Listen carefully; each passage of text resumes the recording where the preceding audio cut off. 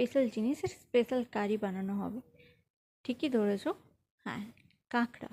আমরা যারা সমুদ্রের ধারে বা বিচে ঘুরতে যেতে ভালোবাসি তারা সমুদ্রের মাছ প্রচুর খেয়েছি। সমুদ্রের ধারে যেসব মাছ পাওয়া যায় সেই মাছ ভাজা এগুলো খেয়েই থাকে, কিন্তু কাঁকড়া না খেয়ে আমরা কোনোদিনও ঘর আসি না। আজকে সেই কাঁকড়ার রেসিপি তোমাদেরকে করে দেখাবো। তো এই কাঁকড়াটা আমরাও সমুদ্রেই গেছিলাম, সমুদ্র থেকে কাঁকড়াটা এনেছি। এটা একটু অন্য ধরনের কাঁকড়া, ঠিক আছে। কাঁকড়া বাছারও একটা নিয়ম থাকে, তো আমরা সেটা অনেকেই জানি না, আবার অনেকে জানি। তো যারা জানো না তাদের জন্য আজকের ভিডিওটা দেখে নাও, ভালো করে কাঁকড়াটা কীভাবে ছাড়িয়ে নিতে হয়, বিশেষ করে এই বড় কাঁকড়া, ঠিক আছে। তো সেইটা তোমরা দেখে নাও। এইভাবে কাঁকড়াটা ছাড়িয়ে দেখো। কাঁকড়া রান্না করা কিন্তু বিশাল কঠিন, আমরা ভাবি প্রচুর কঠিন, কিন্তু রেস্টুরেন্টে গেলে কাঁকড়া খেতে দারুণ ভালো লাগে। ওরা যে স্পেশাল কারিটা বানায় সেগুলো কিন্তু আমাদের বাড়িতেই থাকে, এমন কিছু আলাদা জিনিস দেয় না যেটার জন্য স্বাদ বেড়ে যায়, ঠিক আছে। আমাদের বাড়িতেই থাকে, শুধু রান্নাটা একটু জানতে পারলে বা রান্নার ধরনটা জানলে এই সামান্য উপকরণ দিয়েই বিশেষ ধরনের স্বাদ আনা যায় রান্নাতে।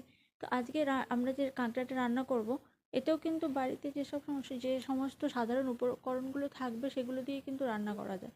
এর জন্য আমি বাইরে থেকে অন্য কিছু আনায়ও নি, সেটা তোমরা পুরো রান্নার ভিডিওটা দেখলে সেটাতে দেখতে পাবে যে আমাদের বাড়িতে যা যা হাতের কাছে কিছু থাকে সেগুলো দিয়ে কিন্তু তোমরা রান্নাটা করতে পারবে।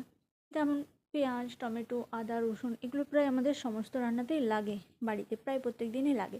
তো এই জিনিসগুলোই আছে, সাথে শুকনো লঙ্কা, কাঁচা লঙ্কা আর একটু টমেটো আর ধনিয়া পাতা, ঠিক আছে। তো এইগুলোই একটু বেটে নিতে হবে মশলাগুলো ভালো করে।